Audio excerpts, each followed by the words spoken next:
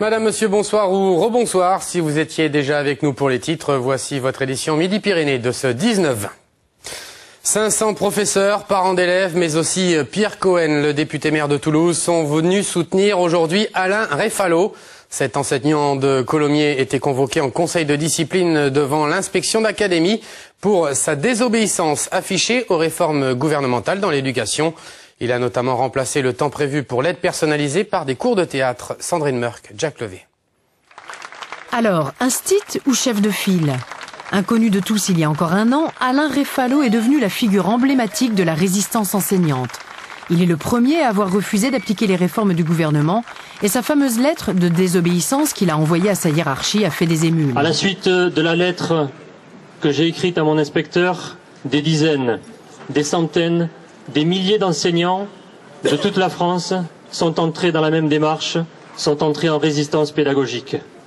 Eux aussi, en conscience, ils ont dit qu'ils ne pouvaient pas obéir sous peine de se renier et de trahir profondément leur mission. Le désobéisseur va être puni. Il part affronter le conseil de discipline à l'inspection d'académie. Il risque une mutation ou une suspension de 15 jours. Mais dehors, 500 parents, enseignants et politiques le soutiennent.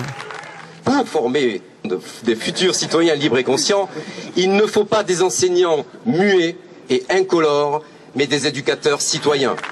L'instit désobéissant refuse d'appliquer les 2 heures d'aide personnalisée pour les élèves en difficulté, car il y voit un saupoudrage censé faire passer la pilule des 13 800 postes supprimés en septembre. Et puis en plus, je suis persuadée que depuis 50 ans, il y a des milliers et des centaines de milliers d'instituteurs qui n'ont pas appliqué à la lettre toutes les lois et les décrets qui sortaient.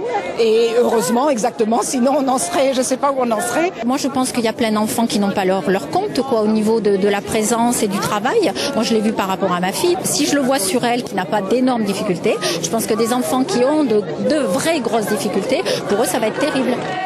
Entré à 15 h, l'instit rebelle n'est toujours pas sorti de son conseil de discipline.